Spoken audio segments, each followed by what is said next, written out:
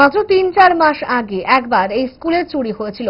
একই রকম ভাবে বৃহস্পতিবার রাতেও চোরের দল হানা দেয়। স্কুলের গেটের তালা ভেঙে ভেতরে ঢুকে এবং বিভিন্ন রুমের তালা ভেঙে চোরের দল কাগজপত্র লণ্ডভণ্ড করে। শুধু নিয়ে যেতে পেরেছে ২-৪টি কম্পিউটারের হার্ড ডিস্ক। টাকা পয়সা কিছুই ছিল না, শুধু হার্ড ডিস্ক নিয়ে চোরের দল পালিয়ে যায়। এতে তাদের মোটিভ কি ছিল তা পরিষ্কার নয়, জানিয়েছেন স্কুলের এক শিক্ষক। ঘটনা দক্ষিণ জেলার শান্তির বাজার মডেল দ্বাদশ শ্রেণী বিদ্যালয়ে। ওই শিক্ষক জানান, ঘটনা শান্তির বাজার থানার পুলিশকে জানানো হয়েছে, তারা এসে সব দেখে গেছেন। কি হয়েছে বলতে, সকালে আমাদের গ্রুপে এসে গেট খুলছে, গেট খুললে ভিতরে ঢুকে যে সব গেটের দরজার তালা টালা ভাঙা, আলমারির তালা টালা ভাঙা। তো সঙ্গে সঙ্গে আপনার কাছে ফোন লাগাইছে, তো যথারীতি আমরা আইলাম, আয়া দেখি সে ভাঙা। তো আমরা কর্তব্য আমাদের পিএসকে জানানো, পিএসকে জানাইলাম, আমাদের ভাইস চেয়ারম্যান পৌরসভা প্যানেলে জানাইলাম। তারপরে সবাই জানলো, এখন পিএস আইলো, দেখলো।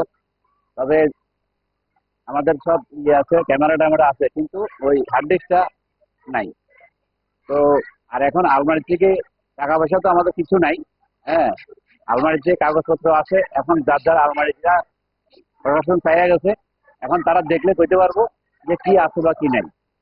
হ্যাঁ, তো আরো আগেও একবার এরকম হয়েছে। হ্যাঁ, আবার ফের হইতেছে। মানে এটা আসলে বুঝলাম না, এটা ঘটনাটা কি। এটা তো অ্যাকচুয়ালি মানে কি, আমার মনে হয় যে এটা একটা শহর এলাকা, পৌরসভা শহর এলাকা।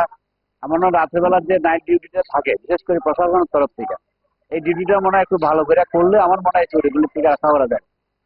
কারণ আমরা দেখি, হয়তো দেখি রাস্তাঘাটের অবশ্য রাত্রেবেলা দেখা যায় পুলিশ থাকে, কিন্তু পুলিশরা যদি টহল করে যে স্কুল এলাকাতে বা অফিস এলাকাতে, যদি দিনে দুই একবার রাত্রে দুই একবার যদি টহল করে, তাহলে আমার মনে হয় এইখান থেকে হয়তো কিছু রক্ষা পাওয়া যায়।